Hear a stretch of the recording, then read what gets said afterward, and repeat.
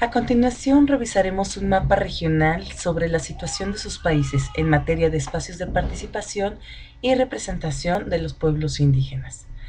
Cuando hacemos o revisamos un mapa, ¿para qué lo hacemos? Pues un mapa es para ubicarnos, conocer nuestro entorno, reconocer nuestros recursos, oportunidades y también desafíos. Por ello también será importante revisar este mapa regional que se ha construido a partir de información documental, visitas de campo, entrevistas a actores clave de organizaciones indígenas, instituciones gubernamentales, cooperación internacional y medios de comunicación. Les sugiero que podamos tener impresas las tablas que a continuación profundizaremos y reflexionaremos. En relación a la diapositiva 8, resaltamos algunos aspectos interesantes a analizar. Por ejemplo, aquí se ve el porcentaje de población de pueblos indígenas que existe en cada país en la primera tabla, viendo particularmente cómo hay países que casi son mayoría la población indígena, a veces es la mitad o casi la mitad, y hay países en donde es mucho menor y que cómo esto también se correlaciona con el número de pueblos reconocidos.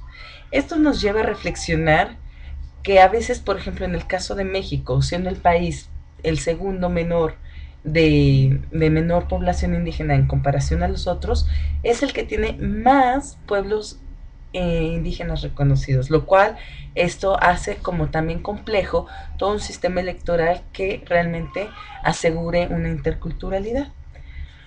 Otro tema muy interesante en esta tabla es la existencia de partidos políticos indígenas. Y sí se ve claramente donde predomina la población indígena, sí se ve que existe un partido político nacional y a diferencia de otros que se plantea como a nivel regional. Eh, en este apartado también se ve que aun cuando en estos países, estamos hablando de Bolivia y Ecuador, hay una gran mayoría, hay un gran porcentaje de población indígena, los alcances en las votaciones electorales en relación a partidos políticos llega a veces hasta en un 10% y en el caso de Bolivia se ha llegado a un 53% en votaciones generales, ¿no? En mayor porcentaje, pero que en menor porcentaje también ha llegado hasta un 20%. Las últimas dos columnas nos dejan ver la realidad que existe cuando hay una ley que a veces es difícil dar el salto a la realidad. En este caso, todos la ocupación de curules o de diputaciones que ha sido ocupado tanto por mujeres indígenas como por hombres indígenas, vemos aquí se refleja aún la triple discriminación, como así le llaman, o doble discriminación por ser mujeres y que es muy claro cuando aquí hay presente también hombres indígenas en mayor medida. Y que también vale la pena resaltar que en cada país hay ciertas, o sea, estos resultados y estos números hablan de realidades del país distintas y contextos locales, regionales.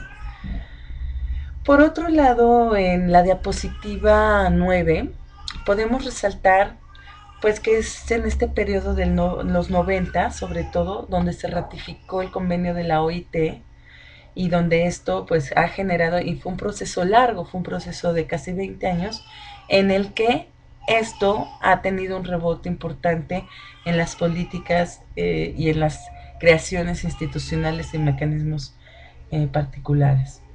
A su vez, también la declaración de la aprobación en la Declaración de Naciones Unidas en relación a los derechos de partidos políticos indígenas, pues es una situación homogénea en todos los países. Un tema a reflexionar es la declaración de los estados que se autodenominan como plurinacionales. Aquí vemos que solo son dos países, Ecuador y Bolivia, que son los que se declaran como estados dentro de su Carta Magna. Los otros no plantean particularmente una declaratoria, aunque sí reconocen en sus artículos esta diversidad étnica.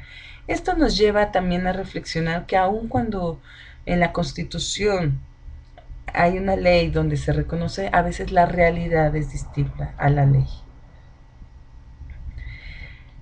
Cabe mencionar que todas las legislaciones que ha habido en torno a género e interculturalidad aparece, y yo creo que cada instrumento, cada reforma, cada acción legislativa, de reforma legislativa, responde a una situación histórica.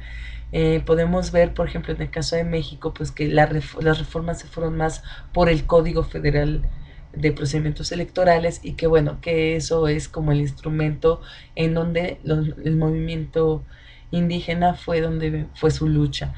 En el caso de Guatemala, en su contexto local por ahí del 99, fue mucho en relación a las leyes de dignificación de la mujer indígena, la creación de comisiones presidenciales contra discriminación, defensorías y demás. En los otros países, particularmente Perú, Ecuador y Bolivia, se asentaron leyes ya en relación a las elecciones en los que pues sí se reconocía ya las agrupaciones indígenas ciudadanas y que esto tenía repercusión en su sistema electoral. Pero es a partir del 95, más o menos. En la diapositiva 10 queremos resaltar cómo se sistematizan aquí las oficinas o las instituciones indígenas estatales. Sin embargo, sería muy interesante que nos hicieran llegar información que ustedes tengan de sus países, que a lo mejor se está omitiendo y que valdría la pena que ustedes no aseguraran que en cada país estamos mencionando las instituciones más importantes.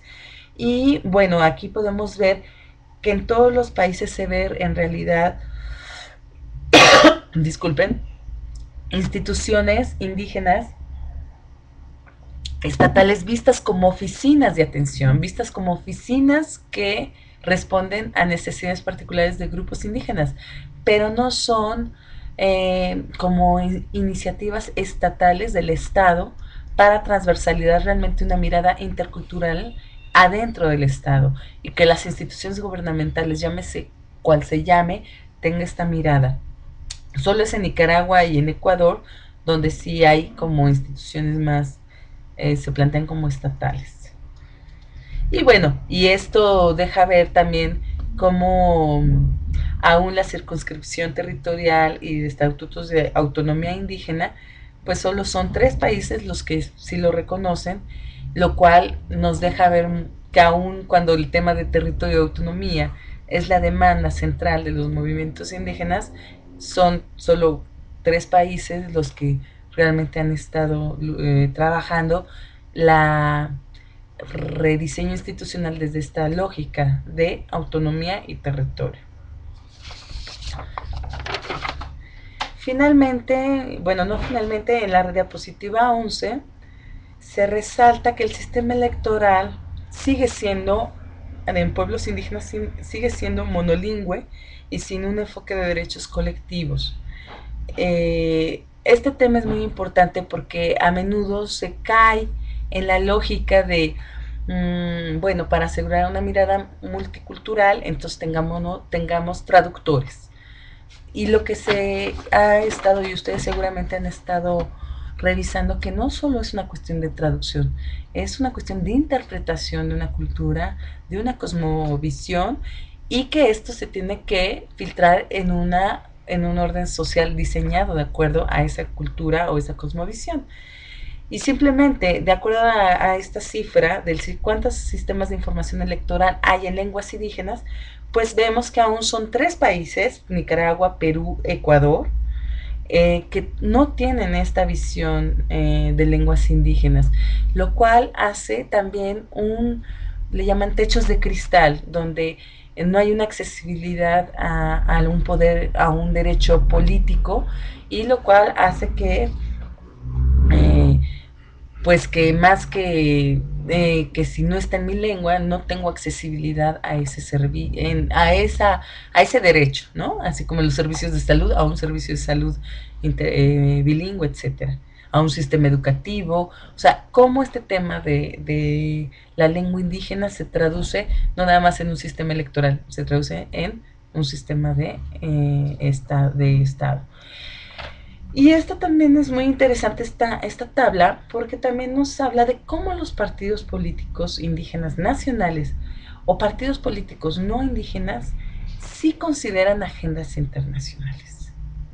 Perdón, indígenas, agendas indígenas. ¿Qué tanto consideran las agendas indígenas? Y nos damos cuenta que solo tres países sí consideran y se incluye la agenda indígena: es Guatemala, Bolivia y Ecuador. Y eso mucho por la naturaleza de estos partidos, como ha llegado al sistema estatal.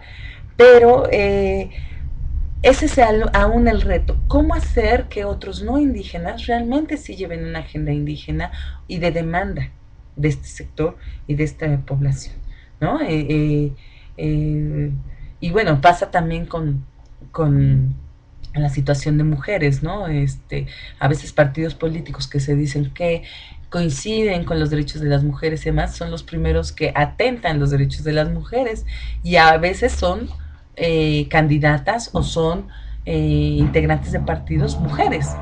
Y es aquí cuando decimos en gran medida que cuerpo de mujer no garantiza lentes de género.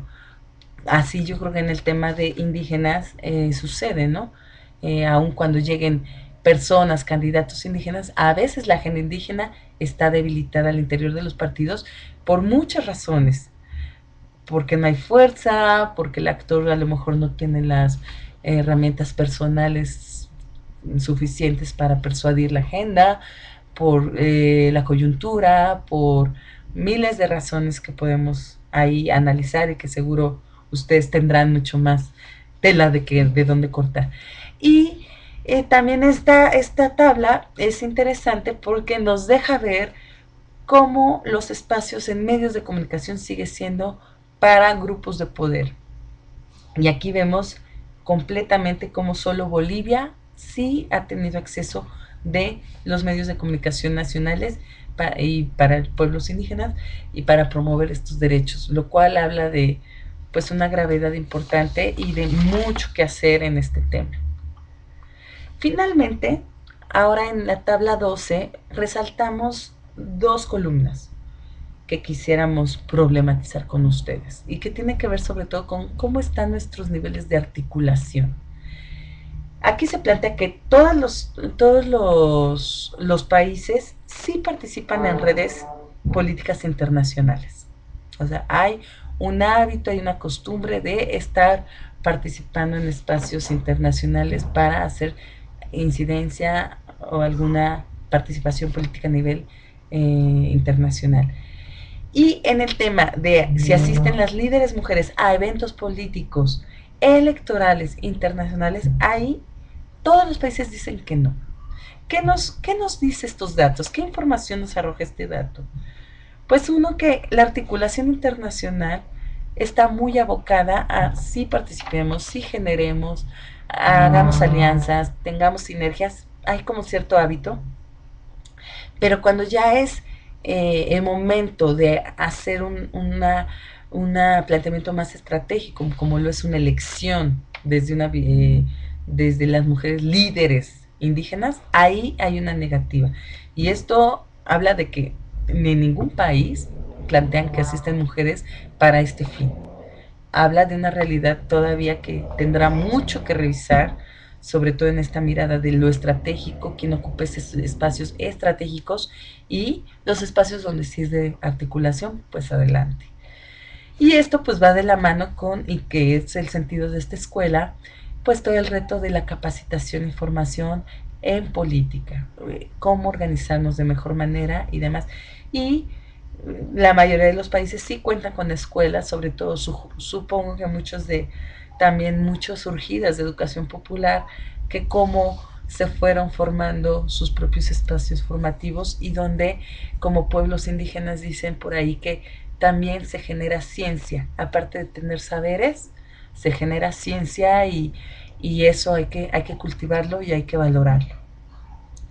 Finalmente, Estas gráficas son datos que valdría la pena que revisaran con detenimiento. Les invitamos a que complementen